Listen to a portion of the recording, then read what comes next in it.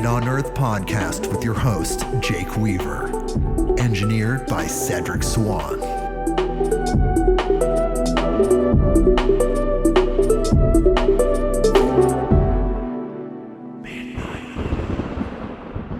Hey everybody, we are back with another episode of Midnight on Earth.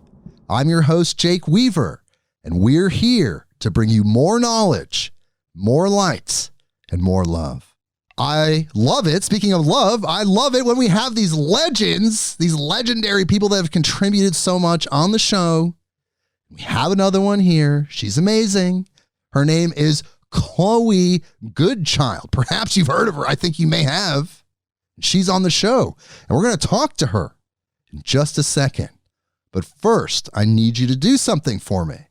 Go to bluecobracbd.com. That's bluecobracbd.com, and there you will find the highest quality CBD oil ever created on Earth. I'm not even joking, people. This oil is unlike anything you will find on the market, period, in relation to CBD products. And the reason that is because the extraction method used to extract the CBD from the hemp is a proprietary method called the HIT extraction method. It was developed by a man, his name's Howard Hitt, also known as Big H, and he developed something so magical and so special in the ocean of CBD products that are out there, with some of the chemically extracted CBD products that use chemicals, solvents, and gases. This is the only product that is like this. There's nothing else. This is the top tier. Howard uses no chemicals, no solvents, no gases in the extraction process, his HIT extraction method. It is 100% natural. It's 100% organic.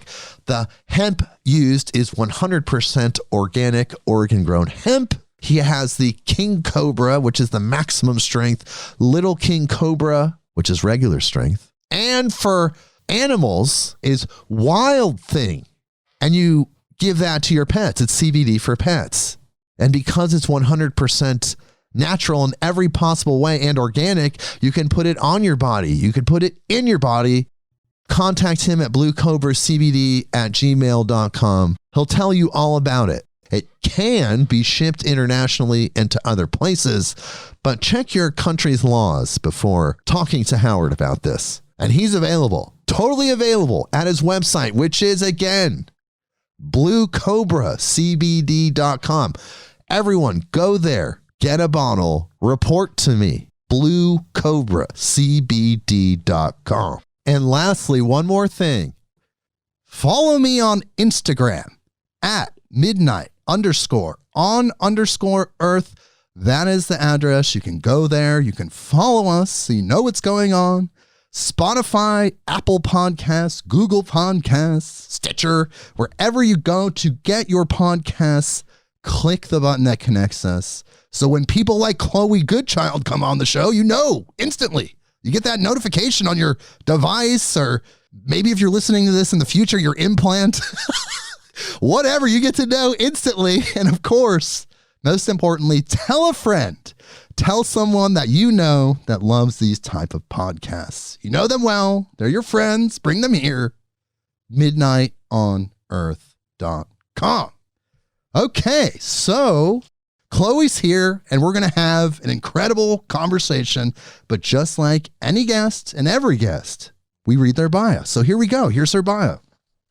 Chloe Goodchild is an international singer, pioneering voice teacher, and founder of The Naked Voice, an organization which, according to its website, is dedicated to the realization of compassionate communication in all realms of human life. Her life's work is inspired by her experience with deafness as a child, which brought her close with her inner self. Chloe's seminal book is The Naked Voice, Transform Your Life Through the Power of Sound, which takes you on a compelling adventure of self-discovery and creative fulfillment through a direct experience of your own authentic voice, the voice of your personal authority, the song of your soul and your eternal identity. Chloe sings, teaches, performs, and records on her Naked Voice music label and her podcast series, VOCE Dialogues, Voices of Compassionate Evolution, launched in 2019.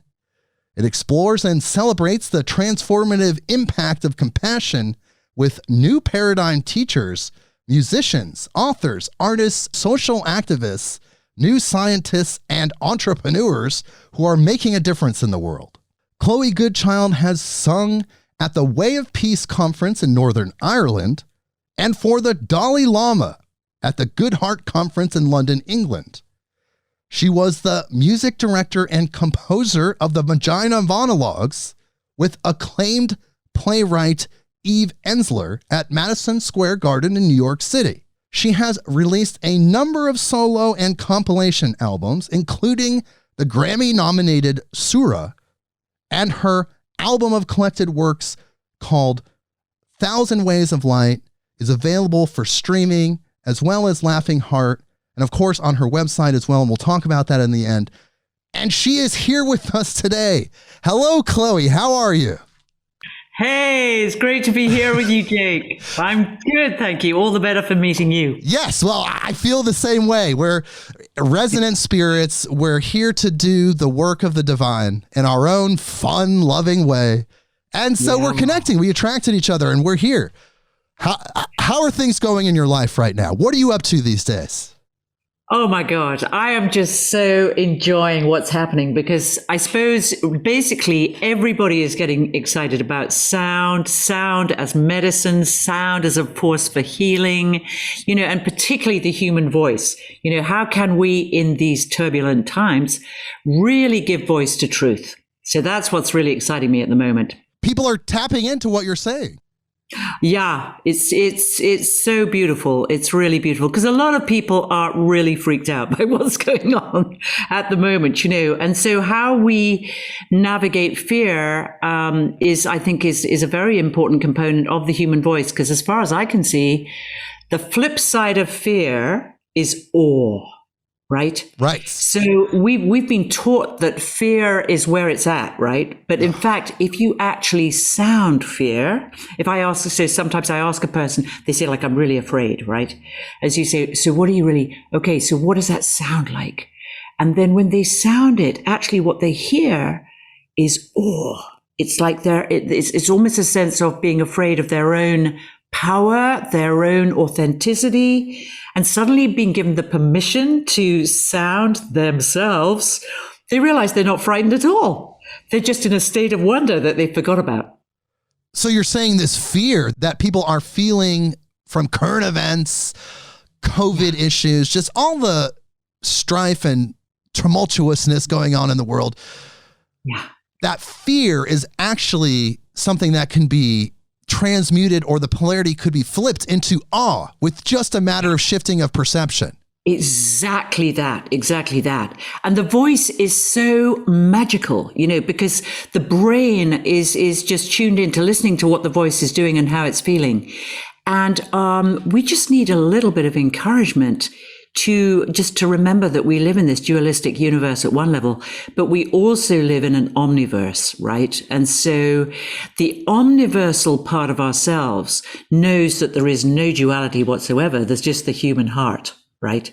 And so once you connect your voice or restore that connection with the center of the chest, okay, there's no duality anymore. There's just love. And so that love has many voices. And what really interests me is how we can help people to find how many ways they can express love in this lifetime, in one single lifetime. And it is just mind-blowing once people connect. And of course, the whole energetic system, the elemental system, the emotional system of the human body is wired for love, basically.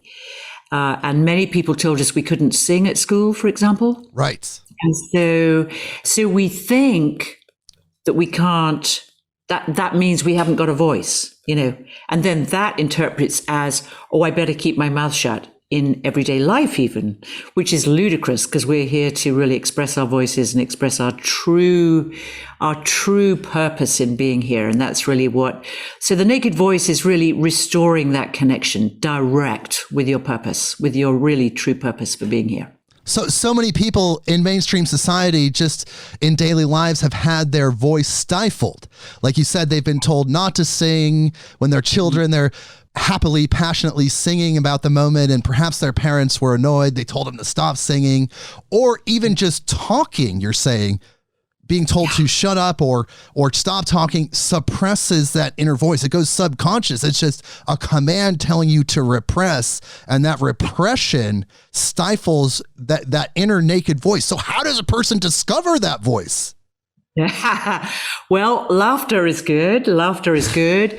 Tears are good, because any kind of really natural emotion. So the emotional body, how you feel, is very important to recovering your true voice. And then you can find it in about 2 seconds, right? So what you do is, may I share a little practice with you? Of course. Yeah. So all you do is you just ask the question, how do you feel, right? And how does that sound? You see? So, do you want to ask me how I feel and how? Yes. How do you feel? And how does that sound? Well, if I just take a breath in, hey, oh, now that's just available to all of us, right? And that sounds quite tribal. I don't know what you heard there, but what did you hear in that? I just heard passion and happiness. Exactly that, you see. So we surprise ourselves. Like this woman came to see me the other day, and I do this exercise, and anybody can do this. You just ask yourself, how do you feel and how's that sound? And all you have to do is breathe. Because obviously if you don't breathe, then there's no sound, there's nobody there. Right. So you have to breathe, right? And so the breath brings with it the sigh, brings with it a whisper, just, So you can just do that for a few minutes, and that's healing enough, right? That is music. Right?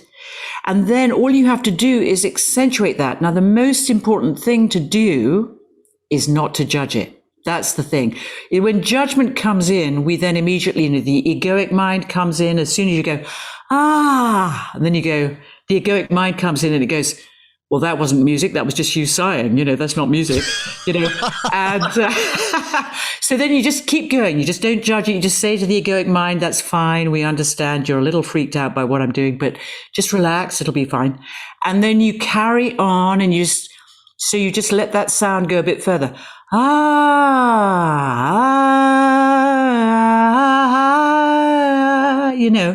You just keep following it. But the most important thing about the exercise is, in fact, not even the sound. It's the quality of silence your voice leaves behind. So that's the main practice, is to listen to the quality of silence your voice leaves behind. Now, why do you do that? Because as soon as you're given that instruction, right, the brain goes, all right, I'll concentrate on that.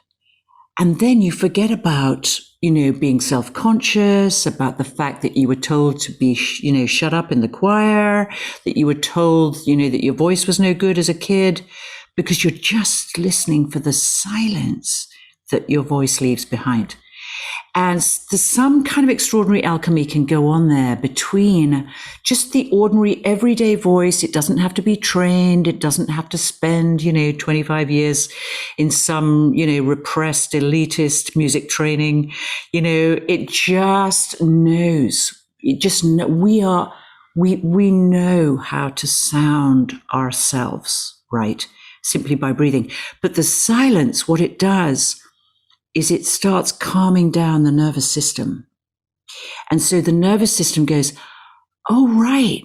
Oh, that was actually quite lovely, and it starts to really listen to itself in a whole new way. But you suddenly realize, I'm making sound, but I'm not having to impress anybody. I'm not having to perform. I'm just expressing my truth. And that's all that matters. We've been taught that, like, when you sing, like, if you look at, like, The X Factor, or American Idol or any of these things, is absolutely terrifying, right? Because you just see these godforsaken individuals, 19 million people watching one godforsaken individual trying to express its voice. In other words, trying to, demonstrate that it's got this voice. And it's just exhausting, right? Plus, you've got 19 million people who are all just thinking, right, well, let them do our work for us. So we'll just project our desires to have a voice onto that one single person, right? And that's what I found in Madison Square Gardens. That's what was really wonderful, that when I wrote that music for the Vagina Monologues, I had a choir there of 75 of the top actresses of the world. And so, like Jane Fonda and Brooke Shields and Glenn Close and all these amazing actresses. And my choir was called the Vulva Choir. I mean, it was really wild. It was a very, very far out situation. The purpose of that experience was to really bring an end to violence towards women. So that's what obviously the Vagina Monologues is all about. It's a script that was written by Eve Ensler, and she just did this research on women's relationships with their vaginas, from the women from the age of teenagers right through to 80-year-olds. And what she found, and it's just brilliant. I don't know whether you're familiar with it, but it is so moving because it's so compassionate. And you just hear, so she basically shares these stories, these incredible stories about women's relationship, essentially with their femininity, and with their beauty, and it's all about redeeming the sacred feminine. And I think that when it was released, I do remember when it was released, it was actually huge at the time. And unfortunately, I was younger, so I didn't dive into it then. But it seems like during that time, that was a time of empowering the feminine in general. And what you were doing was just an expression of that after being suppressed in the 60s and the 70s and the 80s. And there was like a flowering. And that was just another manifestation of that energy. Oh my God, it was so amazing, Jake. It was so beautiful. 20,000 people, right? And what I decided was, normally what happens in Madison Square Gardens is you have like top amazing soloist singers, right? And everybody, again, are projecting their desire to be onto this one singular individual, Right. And so what I decided to do was to turn the whole thing around. So I wrote this music that was like choral sound that was led by these actresses, right? But then was echoed by 20,000 people. So it was an amazing experience to really hear and to know that 20,000 people were leaving that place having really heard themselves, heard their voices, and that they were voicing about something that really matters, which is about the beauty of the feminine, basically. So that really taught me a lot of stuff, and that really led me into a whole understanding of the power of not only choral music, but the power of what quantum scientists are now talking about, the morphogenetic fields, and how these fields of consciousness, through sound and through shared sound, can really transform people's lives. Just sounding even one note together. Yes. And having 20,000 people in sync like that, it becomes a unified mind and that is really the true state of the human experience. We live as individuals. We have these egos and these separate lives from other people, but collectively, the truth is that we're all one field of consciousness and mind. So those moments bring us back to that awareness. Oh my God, are you kidding? It's just the most highest experience you can have. No drugs needed. You just make this sound together, and it's like you're anybody's, it's the most sublime experience. It really is, just opening the heart. And that's what I'm committed to now. Right. Is that. So. Well, as you know, and as you mentioned in your book, there's chemicals within the human biology that can activate us in the same way as plant medicines when triggered by sound. So exactly. Whether the drugs come from your friend or inside your body, it There's still the sound activation. But I do want to back you up a little bit because your story is amazing. You were actually, at 4 years old, you went deaf. Right. And do you have memories prior to being deaf and then during that time? And what was that like? 4 to 7 years old, you were completely deaf. It was, well, I have to tell you, I was not completely deaf, thankfully. Okay. But I was partially deaf to the degree that I could not really hear social everyday speak. So what it did was it really compelled me. So why did that happen? It happened because I had traumatic surgery on my ears. I had my tonsils out, and in that time, the plan was to take the tonsils out. And of course, now that doctors would probably think twice before doing that. Right. But the brilliant thing about it was, you probably are aware of the wounded healer concept. Yes. This idea, this idea that that we all come in with some kind of incredible gift, right? And that gift very often is challenged by the circumstances, the karmic circumstances we come into, the social conditioning, whatever it is. So in my case, it was having my tonsils out. And, but nevertheless, what was so amazing about it was that it compelled me to go inside, to really befriend my own inner life, the silence from the inside. But also because I was not able to really communicate with ease with people at that time for about 3 years till my listening came back, the trauma recovered. I recovered from the trauma. I was given this really intimate opportunity to be in nature.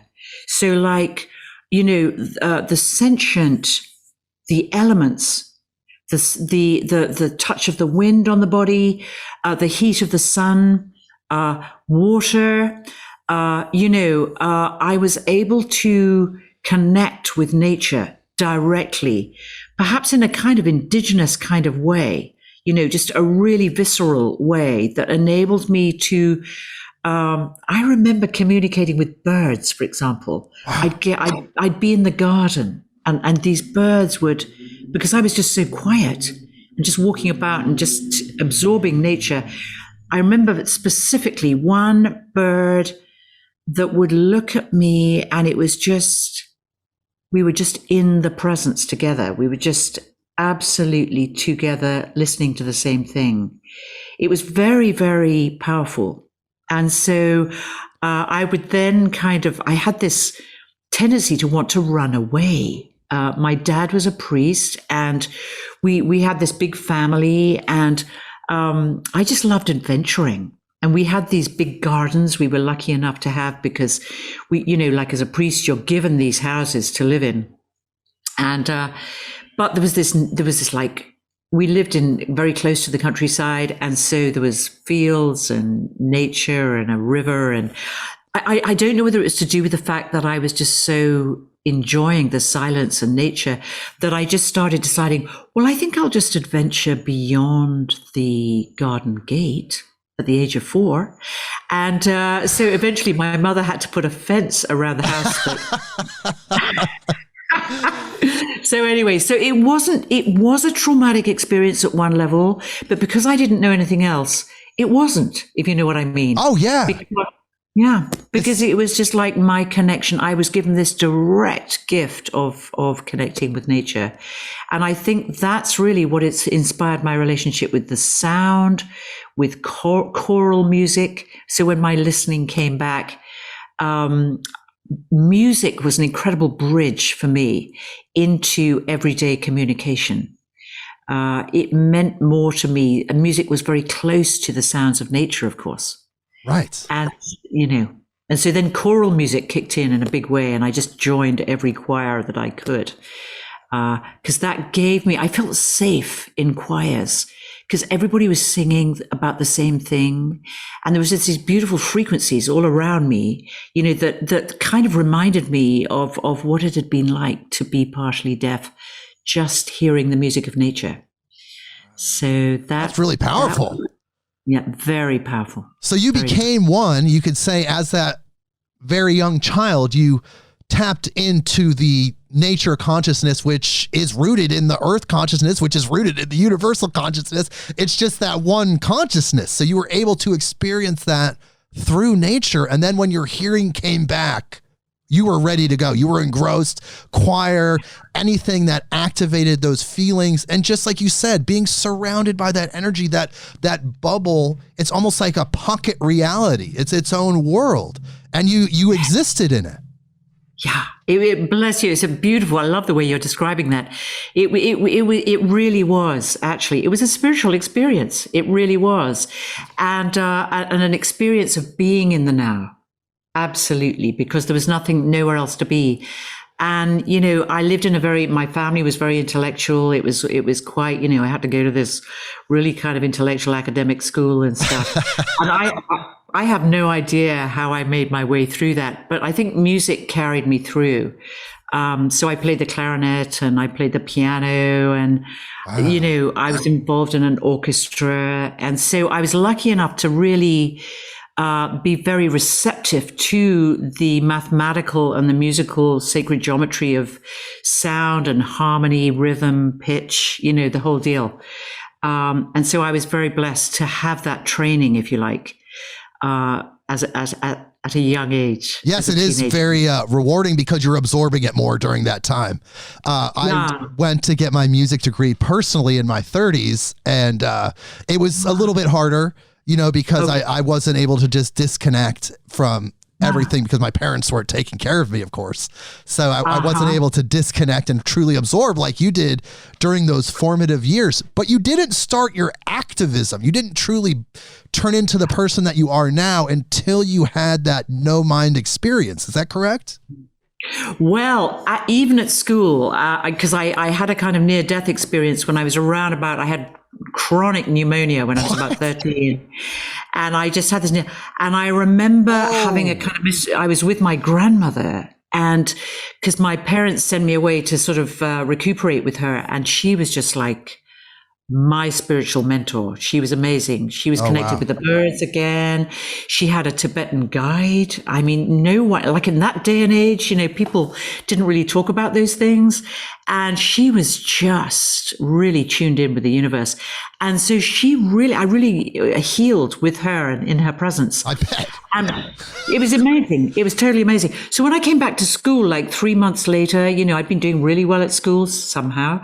But I came back and I was just being taught all this intellectual stuff, rational everything, competitive everything, left brain everything. And I was going, I went to the head teacher and I said, why am I being taught everything but what I want to know?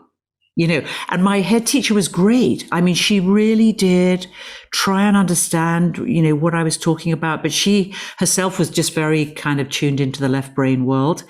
And so I was already restless to want to know more stuff than what school was teaching me. And I was really not very happy there. And then I walked out of I ended up at Cambridge somehow, studying music and education there, because I decided, right, music is going to change the world. I will be a teacher of it, and then everything will change. And then I realized, oh my God, the music system, music education is just so understated. It's so low status in many schools, particularly like, schools where what we call comprehensive schools here. What a joke that word is for school. God, not comprehensive, totally incomprehensive schools, I'd call them, where, you're like music is like half an hour a week, like 30 minutes a week. And so I just started teaching in one of the most dangerous schools in London, because at least that had more of a diversity of cultures. That's what attracted me to it. And that was pretty interesting experience teaching there, because I realized these unbelievable cultures, like from the West Indies, from Africa, from Middle East, they were all being, at that time, required to sit behind desks, these like little tables we used to have with, pop-up tables. And I could see immediately I was in that school that there was no way they were happy going to be with that, because they're like really physical people, children. So we got rid of the desks, and I discovered this 13-year-old that had a rock band. And I said, bring it in, bring it in. And of course, I got into trouble because that was not what their idea was for music. So that took me into peace activism, because I realized, oh my God, the problem is not really with music. The problem is with institutional violence. Yes. And, we've created institutions that are just requiring everybody to behave like puppets, and just to behave, to obey, to comply, to be in this very, very limited environment. And so I joined the peace movement. At that time, we were really campaigning for I joined Quakers. I got involved with the Quaker movement because they were one group. They were a community in England that were nonviolent. They taught me about Martin Luther King. They taught me about Mahatma Gandhi. And then I started realizing, God, this is really far out. And then I started exploring nonviolence through music in France, and this incredible community in France that was like they used music as a way of generating nonviolent behavior around, believe it or not, shepherds and the whole farming community in areas of France that was being taken over at that time. This is like the 70s, by the military that was expanding its territory. And so these farmers were just literally being required to leave their farms. And they were shepherds. They were beautiful, these beautiful shepherds. And we would go and stand with them nonviolently and just sing and just be with them and just give them courage to be present, not to fight, not to, use violence as a response. So that was another teaching for me. But then I realized, I had to come back, and I was funded by Quakers then for 3 years to bring conflict resolution into schools. Oh, wow. So we created something called peace education in schools. That's amazing. I mean, that seems like it made a massive contribution, but that's still part of your growth process. There's still more. Oh my God. That taught me more than I can tell you, because it was at that point that I really got conscious that there's no problem with children. It's just the teachers are terrified of, teenage energy, right. Or young children, that aliveness that comes with being a child, until you're socially conditioned. So that was an amazing experience. And I was very blessed to meet a lot of incredible teachers, actually. And I think what happened was we were able to empower them to realize, that they could connect with children in a whole new way. And that was really beautiful. Well, it seems really ahead of its time. You're saying this happened in the 70s. That's definitely something that wasn't part of mainstream consciousness until it seems like over here, at least in America, in the 90s. Oh, that's so interesting. That's really interesting. I think the Quakers, they do have, they go back to the 17th century, and their whole ethos was to break away from the mainstream church and to bring, nonviolence and conscientious objection and all of that into the world. And so, but as you rightly say, it was all being played down quite a lot. That's for sure. So I was very blessed to be able to really research that territory, and to research it with children, with young people, and adults. It was very amazing. But there came a point when I realized, hang on a minute, this is actually great. And I think we can be even more effective if we do this with music. Yes. So, because I realized, because I was busy being diplomatic all the time. And so we had a lot of exercises that we created, but it was all about talking, talking, negotiating, helping people to feel better about themselves. It was more of a kind of talking therapy that we were involved in.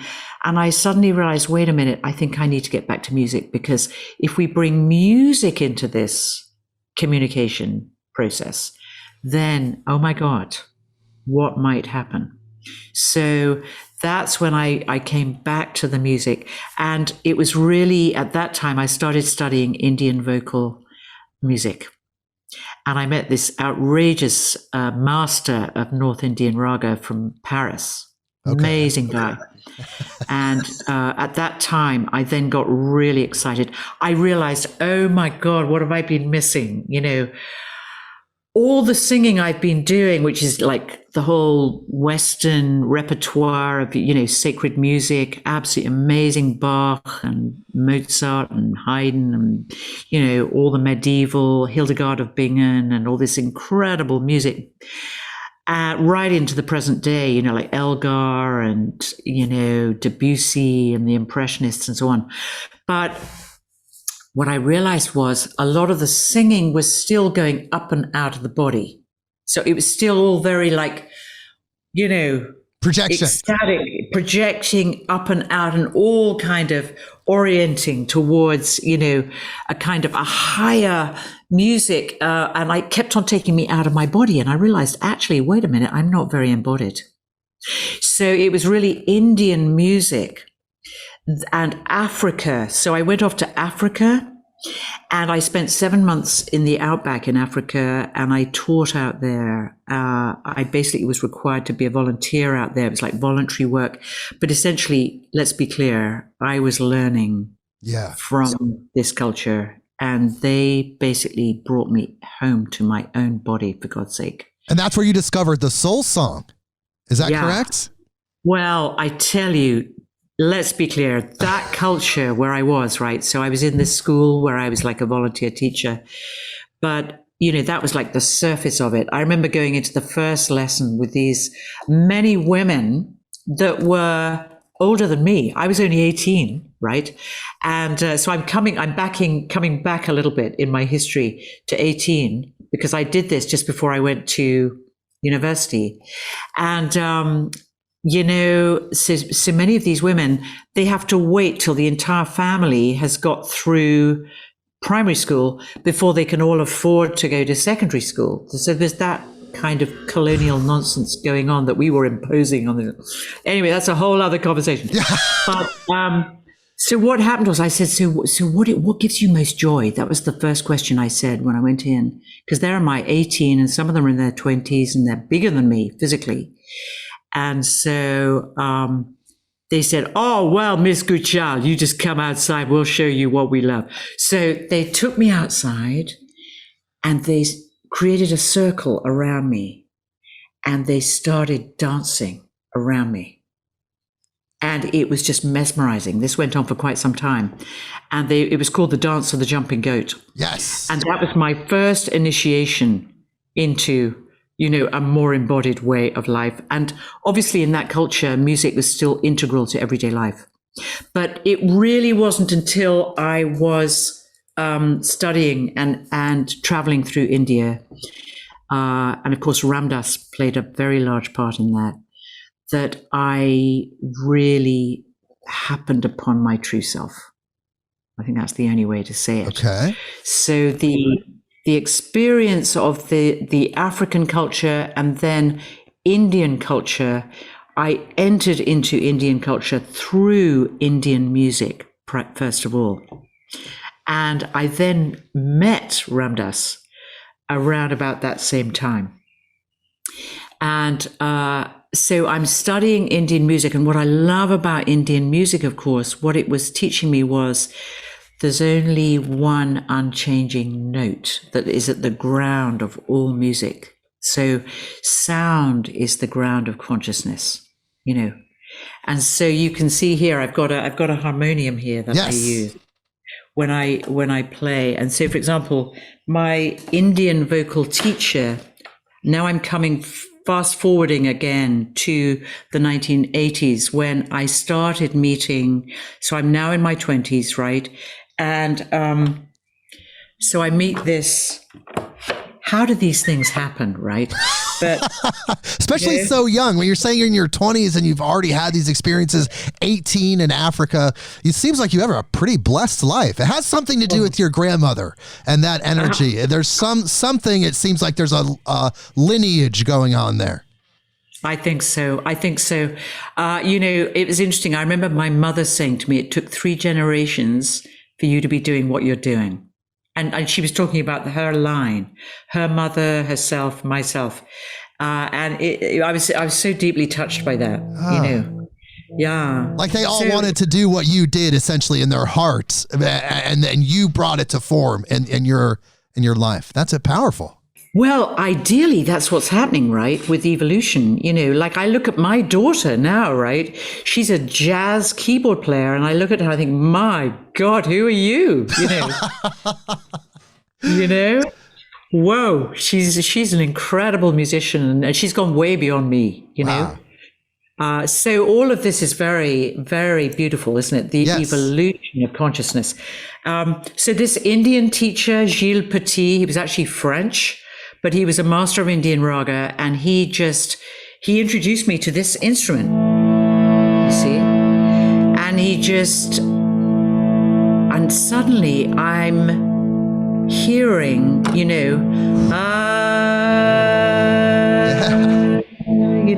Right. And I'm just hearing.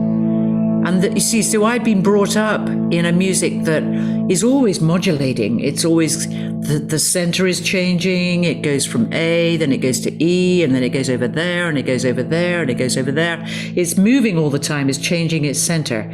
But this music is just like, you don't have to go anywhere. You just stay in one place. And it was that really taught me, wow, how amazing is that? And not only that, you can express different emotions. You can express like la da da da da da da da da da. Wow. Like spring. There's like the spring raga, for example. Or you can express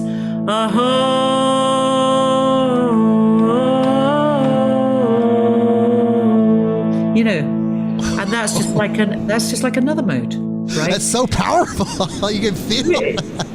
It's what is that, And that's how that whole question, how do you feel and how does that sound?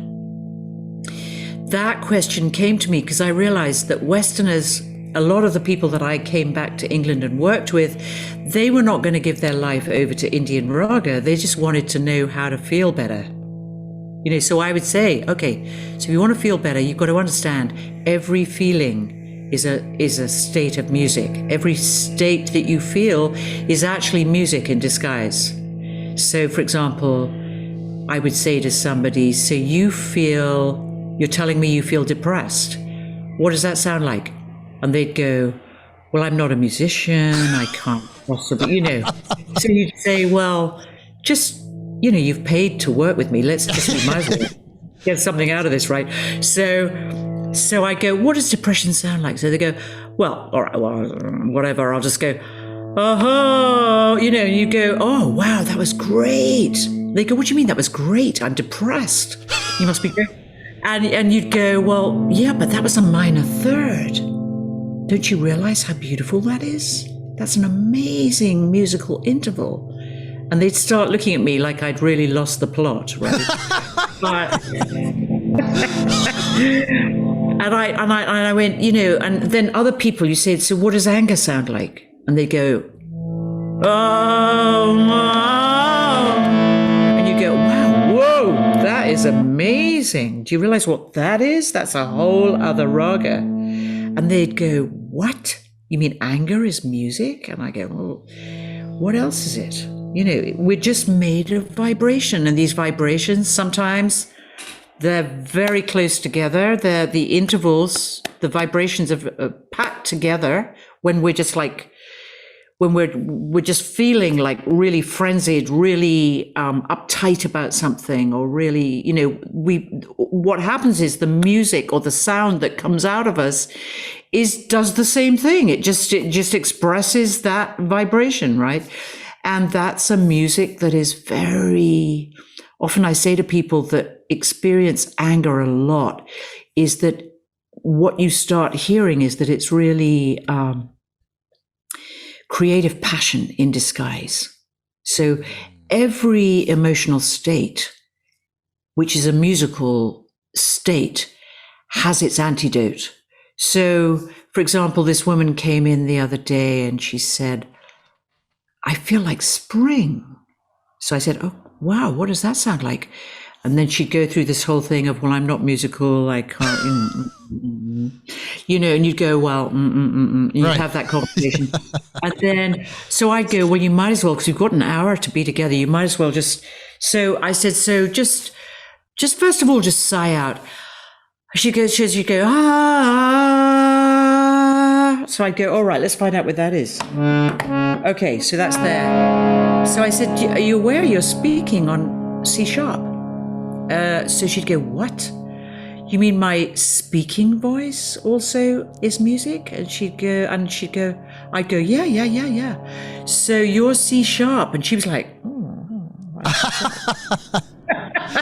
Perhaps she felt sharp. It made her feel special. You're a sharp cookie. So she started singing. So I said, what does spring sound like? So she'd go, aha. And I'd go, oh, that's gorgeous. And then same process, she would start to realize, wow, my feelings of spring really mean something. They have a musical life. Yeah. And so what these people taught me, I kept researching this endlessly with people. And I realized, oh my God, every single human being is music in disguise. We're made, our bodies themselves. As the great poet Rumi says, everything, we have fallen into the place where everything is music. Yeah. So that's all that's going on. So that's what we teach in our work, And so to come back to your question a long time ago, which was about the disappearance of the egoic mind, right? It was really my gratitude to Ram Dass. He comes in at this point because I was lucky at that time in the 80s and 90s. I then moved from peace education into voice and this new form of teaching voice as a spiritual practice and as a practice of emotional release and transformation to, with my partner at that time, running something called the Open Gate. Okay. And the Open Gate, we just brought teachers from America to England. So we brought Ram Dass and James Hillman, the great psychologist, an amazing American poet called Robert Bly. We brought somebody called Gabriel Roth, you might have heard of, who created something called the 5 Rhythms, which is a very powerful music dance process. And just loads of these teachers. And we just said to them, we know you're used to flying from America to Germany, but would you just stop in England this time? So with Ram Dass, I'd been having these dreams, right, of this Indian woman, and I had no idea, but it was coming at the same time as I was studying Indian music.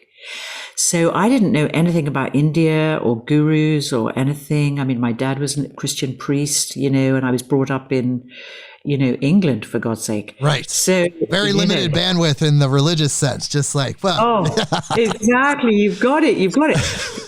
And so I'm going, why am I having these dreams? And this Indian woman would show up in my dreams and she would the most important memory was of this woman swallowing me whole and then spewing me out as a man and a woman on her 2 hands and then saying, right, that is your teaching. Understand what that means. And I'm like, wow, what is this? These dreams are so powerful. Anyway, so we're taking Ramdas round England. We then take him to France, and we're running these retreats for him where he shows up and he does his amazing teachings, and we bring together about 120 people. There's a whole team of us, and we create the food, and he speaks. So one night he said, right, I am going to speak about some of the greatest saints of the 20th century. And he says, and I want to show these slides of these people, because a lot of the transmissions of these teachers comes through their images. Wow. So we're going, great. Well, that's fantastic. That's great. Okay. So one of the images that obviously his own teacher, Neem Karoli Baba and various other amazing teachers. And then onto the screen comes this image of this woman I've been dreaming of. Wow. She was called Ananda Mahima. Yes. Very famous. You will be aware of her. Yes. And she, the blissful mother, right? Right. And I almost fall on the floor. I'm shaking. I cannot believe I am now seeing the woman that's been in my dreams, right? It was shocking, I bet. You're like, oh my God. God, absolutely. It's like, what? And at the same time, because I've had this introduction to Indian music, Ramdas also uses, obviously, the Indian music, devotional chanting and all of that. I'd never really heard that before.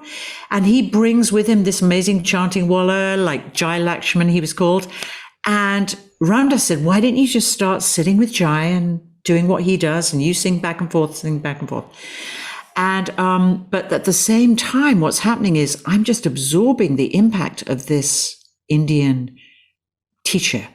Now, Ananda Mahima was one of the great saints, great women saints of the 20th century.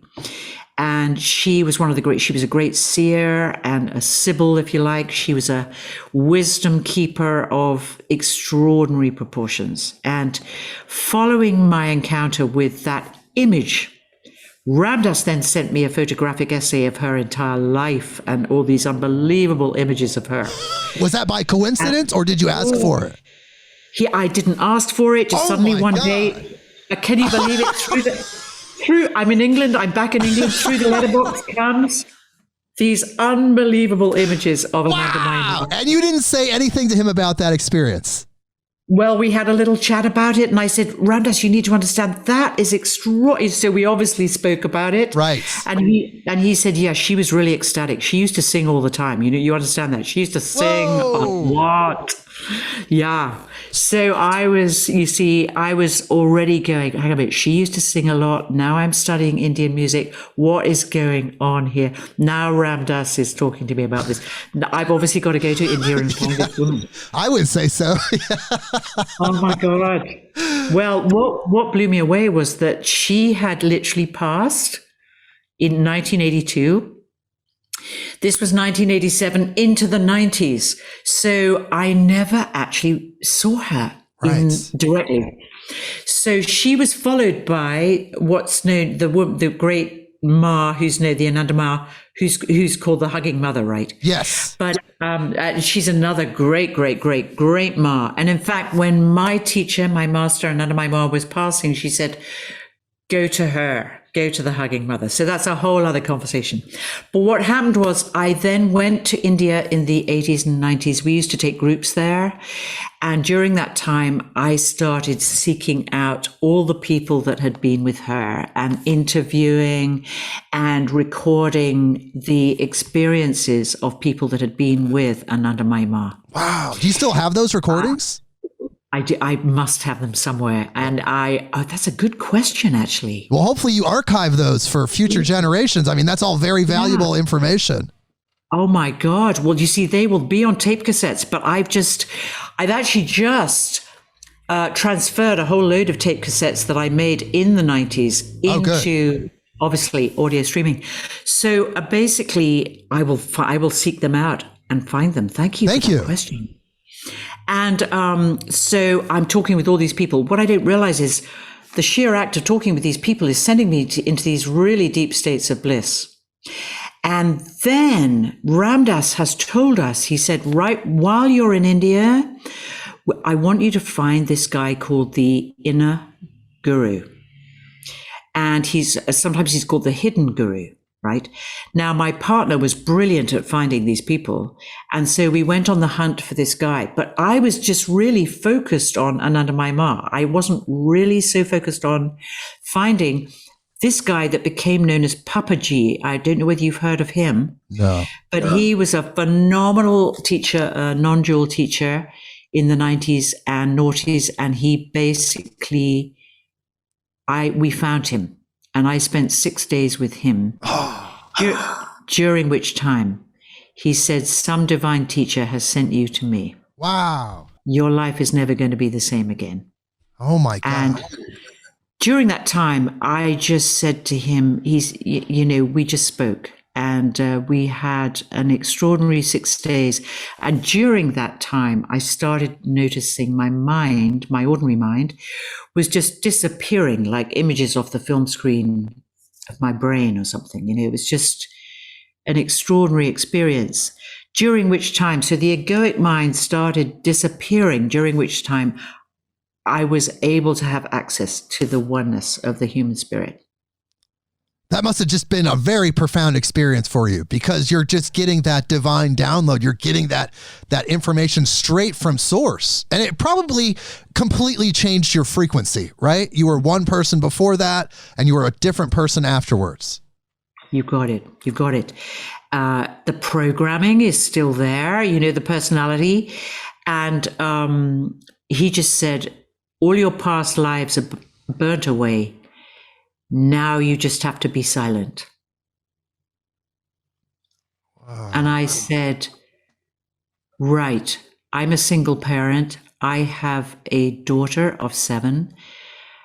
There was that whole kind of witnessing mind was there, just looking at what he was saying. But the silence was just all pervading. And so that's really what opened the door into, yeah, you're absolutely right, the rest of my life. And so that silence, it's just left its imprint. But it was that silence really that has entered the evolution of this work with the human voice. And that silence, did that remind you of that original silence, that experience that you had as a child? Did that trigger some of those memories at the time? You see, perfect. That absolutely, I started to realize what the whole story had been around, what it had all been about. Wow. Isn't that interesting when you tap into your own personal narrative, that you see the stories and you could see the foreshadowing, the things that happened. And then if there's foreshadowing, who's writing the book? Who's writing the script? That's interesting to think about. There's that bigger divine destiny. I love what you're saying. I just love that, because that absolutely sums it up. It's an absolute act of grace at that point. You realize one of the things Anandamayi Ma used to say, that in order to navigate everyday human life, we have to walk this path of gradual revelation and grace. You see? And so the gradual revelation is how we learn to navigate duality as if it's real, you see? But the grace is just always there. The grace is who we are. The grace is why we're here, is to remember ourselves as the embodiment of grace, which is the embodiment of silence, which is the embodiment of oneness, which is the embodiment of the unified field. And so music is the closest we can come to remembering that without having to talk about anything ever again. So how can someone in traditional Western culture, traditional society, they're hearing this for the first time, how can they tap into their soul song? How can they get back to that original sound? Yeah. Well, the beauty is, because I was, for some extended period of time, I was just in this blissful state, right? What happened was I came back to England and I realized I cannot live life as I have lived it. Everything, I'm just in this state of oneness. everyone is perfect. Everyone is beautiful. You know, my daughter is beautiful, you know, and I'm just experiencing, first of all, I understand that there is this self-observing mind, right? So that was the first thing that I realized is given to us to navigate, you know, this denser field of consciousness, right? And so that was the first thing that I taught people, is that in order to really hear yourself, to be able to find your soul note, to remember yourself again through your authentic voice, you have to develop this witnessing awareness. Because what comes in, as we both were talking about earlier, is initially we've been taught that music and voice and expressing oneself is largely a judgmental experience, you know, where we're required to perform and impress people, you know, that's the role of our voices, is just to, you know, live in that very sort of limited way of communicating, which is just driven by duality and right and wrong and good and bad and all of that. Sure. So once you bring the witnessing mind in, though, you start realizing, hang on a minute, this is not all that I am. Once I stop judging what I'm hearing myself say, like, I've got a really bad voice, right? You know, like making statements like, or that person over there doesn't know what they're talking about. Or I know I'm right and they're wrong. You know, all those kind of statements, you know, or, you know, left is right, left is definitely where it's at, and right is definitely not where it's at, or, you know, kind of political level of awareness even. All of this backfighting that the voice is the slave of, if you like. The voice is kind of, the collective voice then becomes an expression of the individual voice. And this, of course, has been going on for many years. So slowly but surely, by the grace of God, thanks to our indigenous communities and our ancient cultures and our perennial wisdom, we are able to remember that there is just one of us happening, you see? But the witnessing mind is the first step to returning back to a state of oneness, you know, in to be really simple about it. And that's why I give them that practice. How do you sound, and what quality of silence does your voice leave behind? You see, because as soon as a person is listening for that silence, they've forgotten about judging themselves. It's a very, very, very simple thing, but something comes in, you know. There's another lovely Rumi poem, something opens our wings, something makes boredom and hurt disappear. We drink the sacred liquid in cups. It's a very beautiful poem. I can't remember all of it. Wow. But it's about that something. What is that something that alters our reality, alters the way, opens up our way of viewing ourselves and everybody else, that is imbued with a state of love, is imbued with a state of kindness, you know, of gentleness, of a listening, like a mother listens to a baby, you know, or a father listens to its child, you know.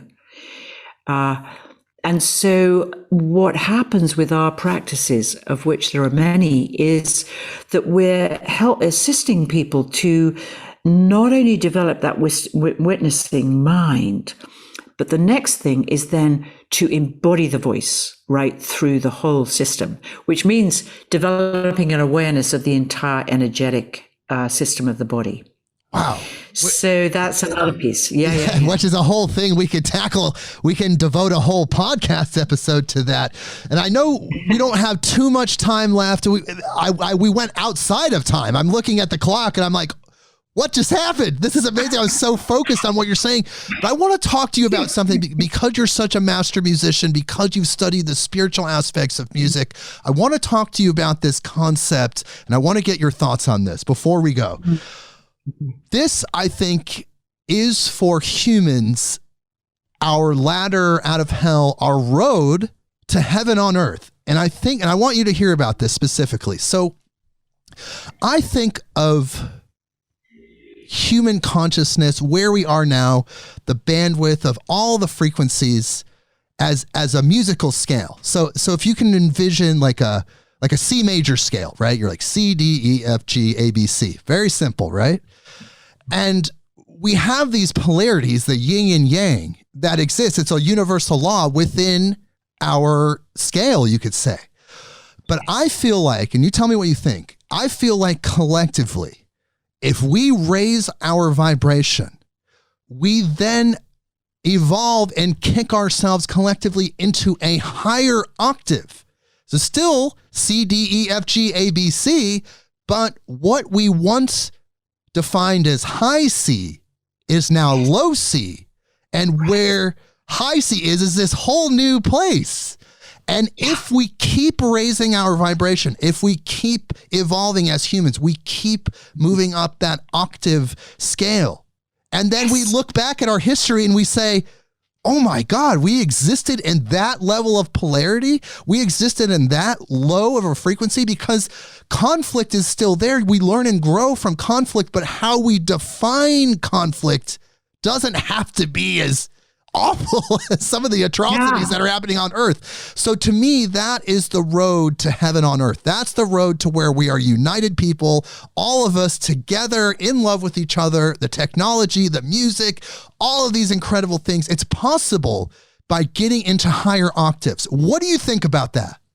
I think you're right on it. You are so on it. In fact, we even have practices which really deal with that, which basically address exactly what you're saying.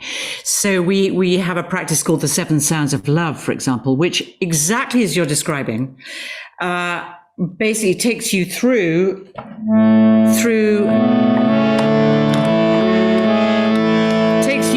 those. And then what you're saying is to go, right? And so what's going on there is, so the first level, we call that the source of love, all right? And we say, I am, right? And then the next level, we call that sexual or creative love. And we say, I open. And then the next level might be called instinctual love. And you say, I will, I will. And then the next one into the heart center goes. So these are chakras, of course, as you realize. Right. The fourth chakra, the fourth musical interval, I devote, I give, right? The heart center. The fifth, right, which is the throat center, right? That is I share. And that is all-inclusive love, okay? The sixth, right, the pineal gland. I serve. That's compassionate love, right? I serve. The seventh, right? Mystical love. I surrender, right? And then the top one, we're back where we started, only we're on a whole, as you described so beautifully, into a whole new scale, octave of consciousness. Exactly. You know? And then you can just sing,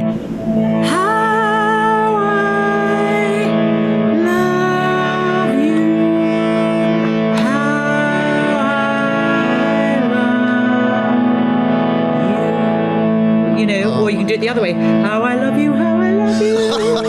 And then there are all the 1,000 other scales of how I love you. Wow, it's so beautiful. You have such a beautiful singing voice. It's angelic. It's just gorgeous. Your voice is just gorgeous. But touching on what we just talked about, it's just so many people get caught up in doom and gloom. And they say it's not possible for humanity to unite, for us to love each other, no matter where we were born, who we are. And it's not possible for that because conflict deems it so. It's a universal law. But we're saying, and you're agreeing, that we can transmute that, we can transcend that, and the united earth, that's possible. Yes, because conflict is essential, as you rightly just said.